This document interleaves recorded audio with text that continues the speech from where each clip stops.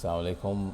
Ramadan challenge day 13. Today we're going to be learning 5 new words. How words are: shaghaf, adn, mashriq, mirsad, and tayr. The first word shaghaf, sheen, ghain, fa, has to do with love, right? If you say qad shaghafaha hubba, like we see in Surah to Yusuf, right? He's made her fall in love with her. She's fallen in love with him. The love has gotten so deep that it's reached the membrane, the shaghafa, which covers the heart. The membrane that covers the heart, it's reached that deep, all right? So that's why you have that shaghafa hubba. Like, but shaghafa is really that membrane that covers the heart, right? So the next word is adn. Adn, ain, dal, noon.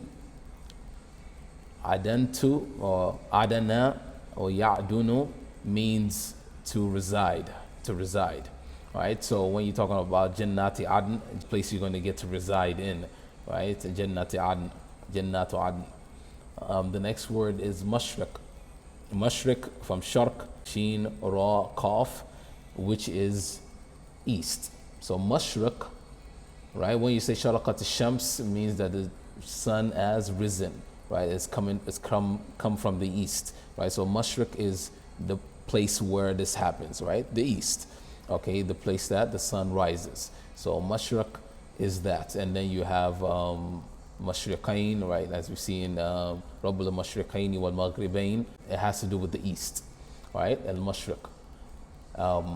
The next word is mirsad. Mirsad from rasada. Rasada yarsudu.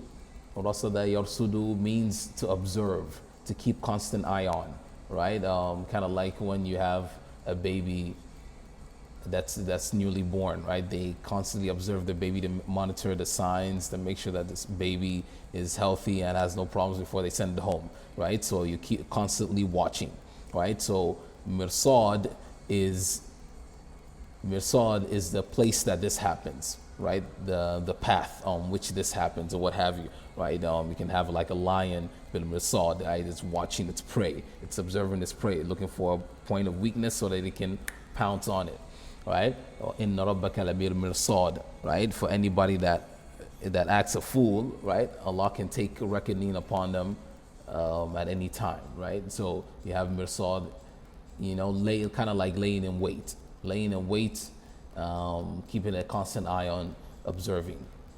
And then you have tayr. The next word tayr, ta, ya, ra, right? From tara, yatiru, fahuwa ta'ir, means to fly, right? And tayr or tayr, right, is the plural of ta'ir.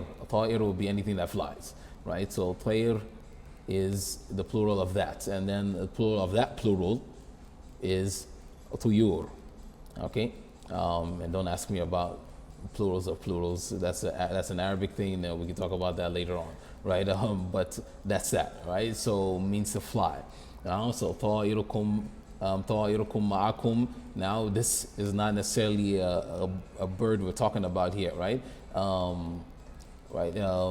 Here we're talking about tasha'um. We're talking about a bad omen, right? In Surah Yasin or what have you, right? Inna tatayyarna bikum. This is, they see in them a bad omen, right?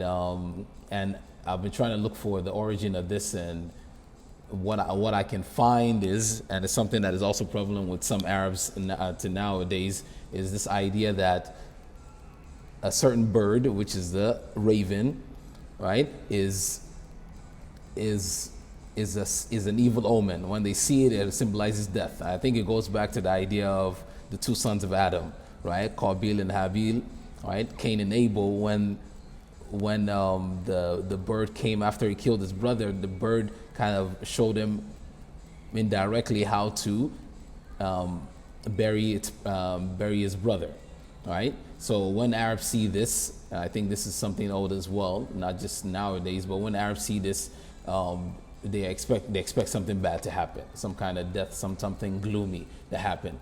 I think some other cultures as well have this idea of a raven being some kind of evil omen, right? So inna tatayyarna bikum, as though this is where it comes from, right? This idea that this tayr, this flying being, is is not a sign of hope. It's a sign of something bad happening.